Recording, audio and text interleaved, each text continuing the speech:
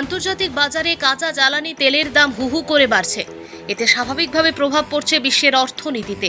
পাল্লা দিয়ে বেড়ে চলেছে বিভিন্ন যানবাহনের ভাড়াও, ফলে বিভিন্ন সামগ্রীর মূল্যবৃদ্ধি ঘটছে ব্যাপক হারে। এতে বিপাকে পড়ছেন সাধারণ মানুষ। পাশাপাশি জ্বালানি তেলের মূল্য বৃদ্ধিতে চরম সমস্যায় পড়েছে বিভিন্ন প্রত্যন্ত এলাকার স্কুল কলেজ পড়ুয়ারাও। বিশেষ করে পিচপড়া এলাকা থেকে প্রতিদিন গাড়িতে করে শিক্ষা প্রতিষ্ঠানে যাতায়াত করতে গিয়ে আর্থিক চাপের মুখে পড়তে হচ্ছে অনেকে। এরই মধ্যে অতিরিক্ত গরমের কথা বিবেচনা করে আসাম রাজ্য সরকার স্কুলের সময়সূচিও বদল করেছে। ফলে নির্দিষ্ট সময়ের আগে স্কুলে পৌঁছতে হয় এলাকার ছাত্রছাত্রীদের। উপরন্তু বেড়েছে গাড়ি ভাড়াও। এতে পাথারকান্দি চা বাগান এলাকার বিভিন্ন পড়ুয়ারা সমস্যার জাঁতা কলে পিষ্ট হবার খবর সামনে এসেছে। তাদের অভিযোগ, তারা চা বাগানের শ্রমিক পরিবারের সন্তান। স্বল্প আয়ে তাদের পরিবার লালিত হয়। তার উপর প্রতিদিন শিক্ষা প্রতিষ্ঠানে যাতায়াতের জন্য জনপ্রতি প্রায় 50 টাকা করে গাড়ি ভাড়া দিতে হয়।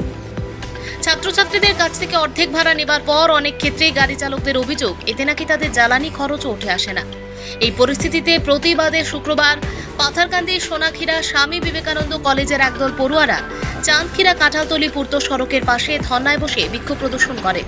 তাদের দাবি, পড়াশুনো চালিয়ে যেতে যাতায়াতের খরচ কমানো এবং ছাত্রছাত্রীদের জন্য সরকারকে সাশ্রয়ী পরিবহন ব্যবস্থা সুনিশ্চিত করতে হবে। এদিনের এই ধর্না ও বিক্ষোভ প্রদর্শন কার্যসূচিতে অংশ নেয় এবিভিপির সোনাক্ষীরা ইউনিটের সদস্যরাও। এ ব্যাপারে তারা পাথারকান্দি চক্র আধিকারিক অদিতি নুনিসা এবং মন্ত্রী কৃষ্ণেন্দু পালের দৃষ্টি আকর্ষণ করেন। তাদের আশা, প্রশাসন ও সরকার এই বিষয়ে দ্রুত হস্তক্ষেপ গ্রহণ করে বিশেষ করে চা বাগান এলাকার ছাত্রছাত্রীদের যাতায়াত সমস্যার স্থায়ী সমাধানের উদ্যোগ। हम लोग अभी पहले ही बोल चुके हैं कि हम लोग यहाँ पे क्यों रुके हैं। हम लोग का फेयर बढ़ाया गया है 10 रुपीज़ टू 20 रुपीज़, और अभी तक हम लोग का कोई रेस्पॉन्स नहीं मिला है। हम लोग सर्कुलर ऑफिसर से भी कॉल किए थे, रेस्पॉन्स नहीं मिला। जीपी प्रेसिडेंट भी अभी तक नहीं आए हुए हैं, और वार्ड मेंबर आए थे क्योंकि एक मेंबर भी नहीं आए हैं। और हम लोग को लगभग 10-11 बज गए हैं, स्कूल का टाइम भी खत्म हो गया, फिर भी हमें अभी तक रेस्पॉन्स नहीं मिला।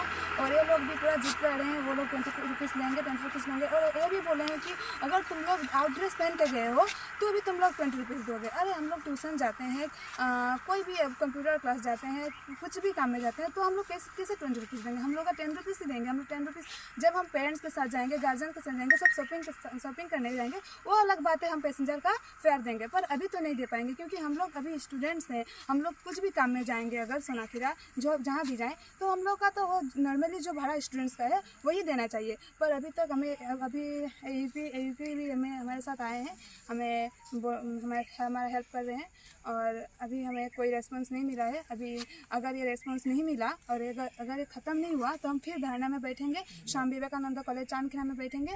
और हम एमएलए सर से रिक्वेस्ट कर रहे हैं कि ये लोग तो ये मान नहीं रहे हैं, और हमें एक बात डिमांड हम कर रहे हैं कि यहाँ पे बहुत सारे स्टूडेंट्स हैं, लगभग 40-50 स्टूडेंट्स हैं, तो एक बात आना चाहिए। यहाँ पे बहुत ज़्यादा प्रॉब्लम हो रहा है, ये लगभग पहले भी हो रहा था, अभी भी हो रहा है, और लगभग ये बात नहीं है कि ये बाद में नहीं करेंगे, ये बाद में भी करेंगे।